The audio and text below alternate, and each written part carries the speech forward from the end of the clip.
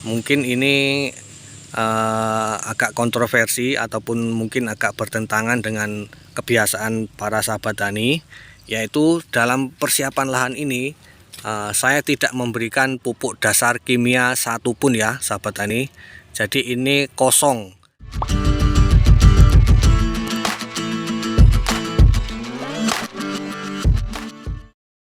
Assalamualaikum warahmatullahi wabarakatuh. Salam semangat para sahabat-sahabat taniku semua dimanapun berada.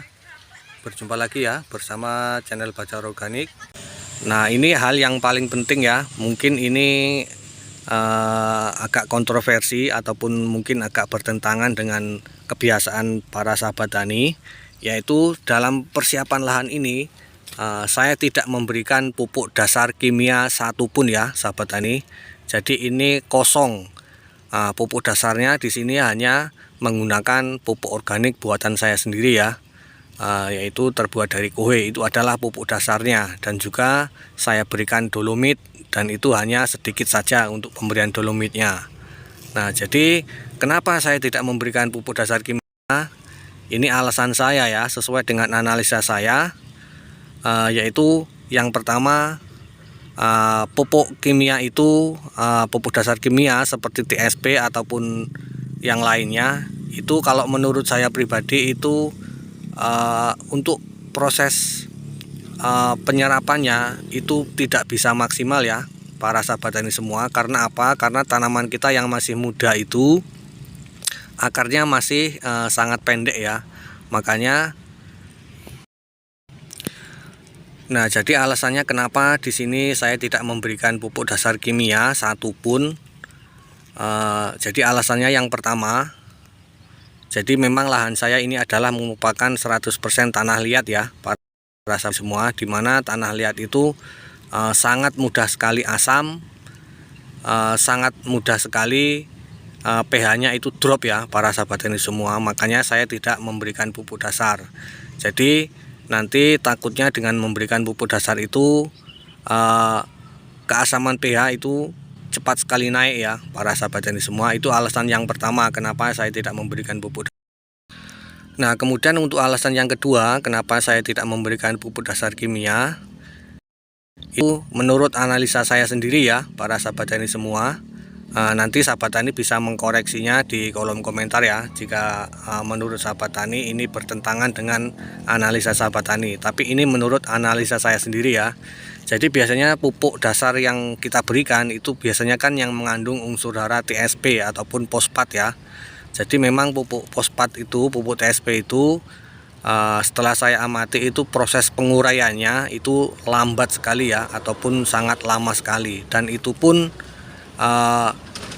kalau kondisi lahan kita itu memang benar-benar gembur, itu kemungkinan bisa terurai. Tapi kalau lahannya seperti punya saya ini, tanah liat, itu kalau menurut saya itu malah justru akan menyebabkan residu ya. Karena pupuk TSP itu kalau tidak cepat terurai, dia akan membeku dan menjadi residu pada media tanam kita. Itu justru kalau menurut saya sangat merugikan ya para sahabat tani. Jadi itu alasan kedua kenapa saya tidak memberikan pupuk TSP ataupun pupuk dasar kimia ya para sahabat tani semua. Kemudian tanaman kita yang masih kecil pun, yang masih kecil itu ya, itu kan perakarannya pendek. Nah, itu biasanya kan kalau pupuk dasar itu diberikan di bagian tengah. Nah, itu alasannya kenapa saya tidak memberikan pupuk dasar, yaitu tadi karena perakaran masih pendek, proses penyerapannya itu pun kurang maksimal ya, ataupun malah justru tidak terserap sama sekali oleh tanaman kita ya. Alasannya karena perakarannya pun ya, perakarannya itu masih pendek. Nah, kemudian untuk alasan yang ketiga kenapa saya tidak memberikan pupuk dasar, yaitu alasannya harga dari pupuk dasar TSP itu sekarang kan naik ya, ataupun mahal.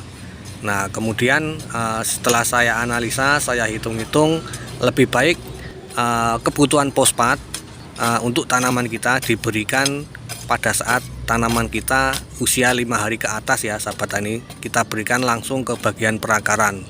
Jadi pupuk kimia yang kita berikan itu bisa maksimal terserap oleh tanaman kita. Jadi kita berikan, kita kocorkan ketika tanaman kita berusia 5 hari ke atas ya sahabat tani. Dan itu pemberiannya dilakukan dengan cara dikocor agar supaya untuk memperkecil resiko residu-residu yang ada pada media tanam kita.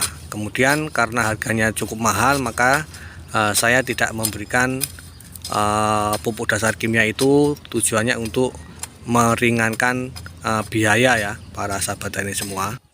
Ya, para sahabat-sahabat tani semua, jadi demikian tadi ringkasan ya dari awal persiapan lahan, pembersihan, pemberian kompos, pengapuran, dan juga pembentukan bedengan, serta kenapa saya tidak memberikan pupuk dasar kimia. Sudah saya sebutkan alasannya kenapa ya. Nah, dan itu adalah merupakan sesuai dengan pengalaman saya alami dan saya terapkan di lahan saya.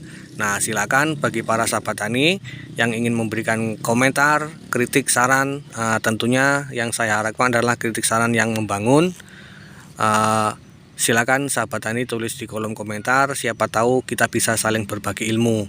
Dan semoga video ini bisa memberi manfaat untuk para sahabat tani semua.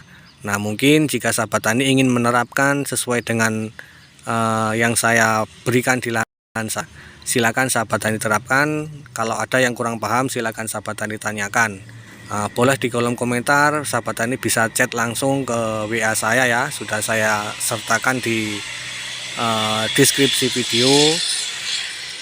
Sahabat tani tinggal hubungi saja. Nanti akan segera langsung saya jawab ya para sahabat tani semua. Jadi semoga video ini bisa memberi keterangan untuk para sahabat tani semua. Tujuan saya tidak menggurui, tidak lebih pintar, akan tetapi berbagi ilmu sesuai dengan yang saya alami dan saya terapkan di lahan saya. Oke, selanjutnya saya mohon maaf apabila ada kesalahan di dalam penyampaian, dan saya akhiri. Assalamualaikum warahmatullahi wabarakatuh.